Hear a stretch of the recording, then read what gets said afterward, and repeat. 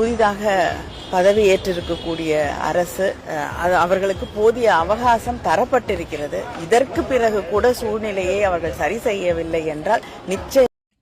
RK நகர் மணி தளபதி விஜயன் அவர்கள் ஆட்சி அமைச்சு 15 நாள் ஆச்சு, 20 நாள் கூட வச்சுங்க. ஆனா எந்த ஒரு மாற்றமும் இல்லையே தமிழ்நாட்டில். அதாவது சி ஜோசப் விஜய் சார் அவர்கள் தமிழ்நாட்டின் சிஎம்மாக தேர்ந்தெடுத்து இனியோட 20 நாள் ஆச்சு, எந்த ஒரு மாற்றமே இல்லையே அப்படின்ட்டு தப்பான குற்றச்சாட்டு வைக்கிறவங்களுக்கும் பதிவு போடுறவங்களுக்கும் எதிர்கட்சி ஆளுங்களுக்கும் சேர்த்து தான் இந்த பதிவு. எங்களுக்கு அரசியல் அனுபவம் இல்லை, ஆனாலும் எப்படி வெற்றி பெற்றோம் அப்படின்றது உங்க எல்லாருக்கும் தெரியும். அதுவே பெரிய ஹிஸ்டரி.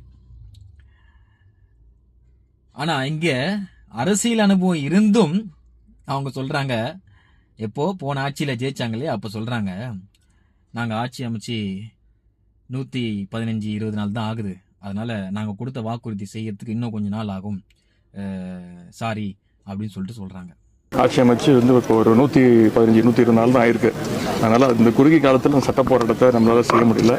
கண்டிப்பா ஒரு நல்ல முடிவு நம்முடைய. இதுக்கு என்ன சொல்லுவீங்க? அதெல்லாம் தப்பு,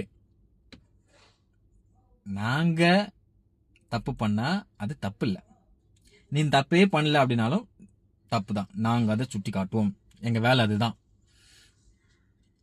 கொஞ்சம் பொறுங்கப்பா, கொஞ்சம் பொறுங்க. வெறும் மண்ணை வச்சு வீடு கட்டினா என்ன ஆகும்? காத்துலயே விழுந்துடும். சிமெண்ட் போடணும், கலவை ஆக்கணும், கல்லை வைக்கணும், பூசணும், நிறைய இருக்கு. கொஞ்சம் வேலை செய்ய விடுங்க.